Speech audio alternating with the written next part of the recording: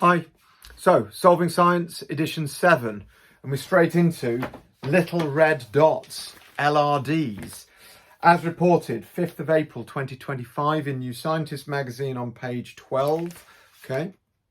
Little red dots, and what does it say? Strange little red dots in the early universe have mystified researchers.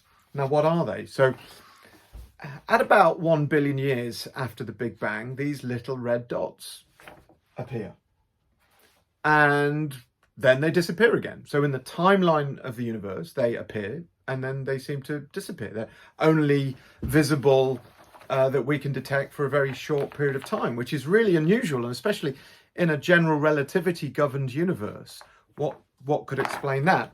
There are a couple of theories about supermassive black holes in dense gas or star clusters and the potential for 10 billion suns tightly packed into a particular volume. So there are a few theories out there that scientists are trying to explain this.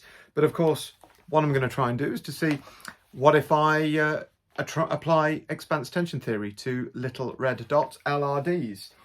And what have I got? So, well, firstly, we've got to think about what the universe is doing at that period. So we have a dense, warm, weakly ionized plasma in the early UV background, and there's frequent shocks from collapse and feedback. So we're still very early in the universe.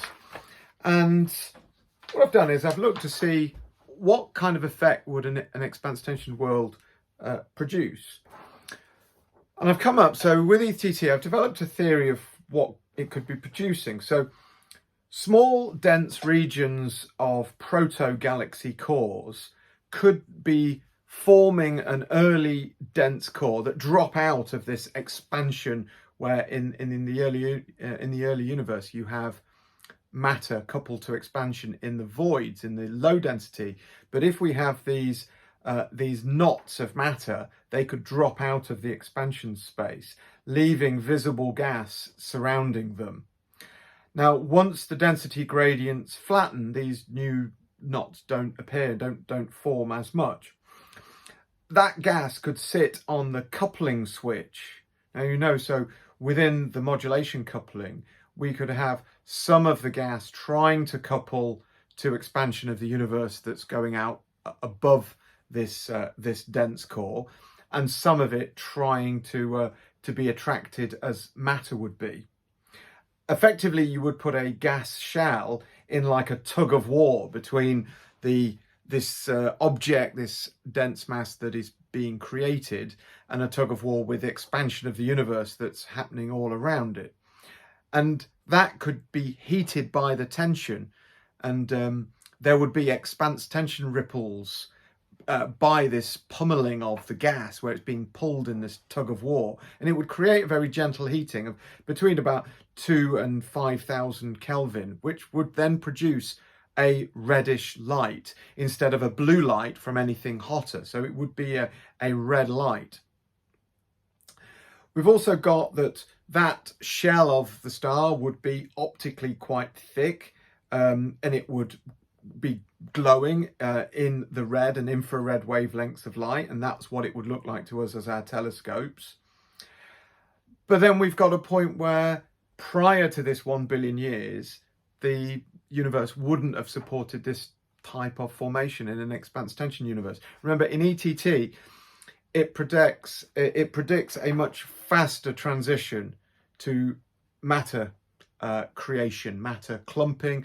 Again, I've said in earlier videos, ETT predicts earlier galaxy formation, early structure formation. Again, I've previously said we can have earlier black hole formation in an expanse tension theory universe.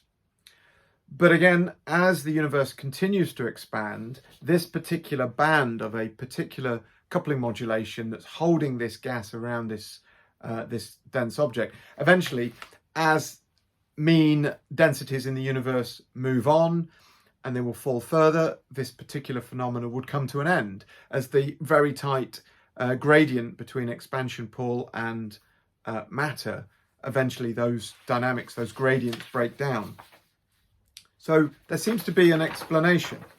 Now, the other thing that I've done, I've typed up that as a theory, and I've put it into a grid against some of the key factors that we'd have to look at. And I've put it in with the other theories of the supermassive black hole theory or the galaxy clustering ideas, and assessing them. And then, as I've said before, I've proposed a theory and then I test it with usually 3 or 4 or 5 different AIs. And I've assessed it against, can they explain the red, compact, modest X-rays? Expanse tension theory, the conclusion across the AI is that ETT is a yes. Supermassive black holes and hyperdense star clusters is a maybe. So it's rating ETT as producing that higher than the other 2 theories. Can it create a sharp turn-off at around the 1 billion year from the Big Bang? ETT, the analysis says yes, because it's density-dependent universe that creates a cutoff. The others, again, not so clear. There's a maybe, because again, general relativity doesn't have a density dependence. It can't explain why do things stop.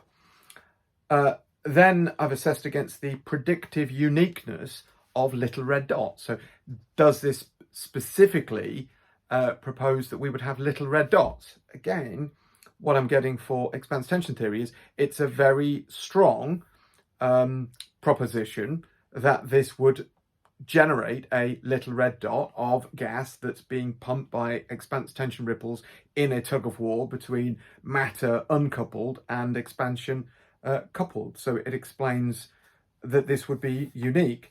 Again, the other 2 theories have rated moderate, and these aren't my assessment ratings. These are the average of 4 different AI ratings. I then have got what is the parameter load and tuning. And again, it's analysing that in this phase of the universe, this phenomena would work, and the density aligns with the switching coupling modulations that we have in expanse tension theory versus the others, which again are rated as moderate. Where expanse tension theory fails in this analysis is that it's a novel theory, and it's basically that it's physics, it's a novelty, and its consistency with current thinking, dark energy, dark matter, lambda, CDM, etc., which is the only area where this breaks down. So in the technical elements of little red dots, expanse tension theory appears to have performed quite well. So I think this is in need of kind of greater analysis. It's quite a complex one, but little red dots, who knew? Okay, thanks. Bye-bye.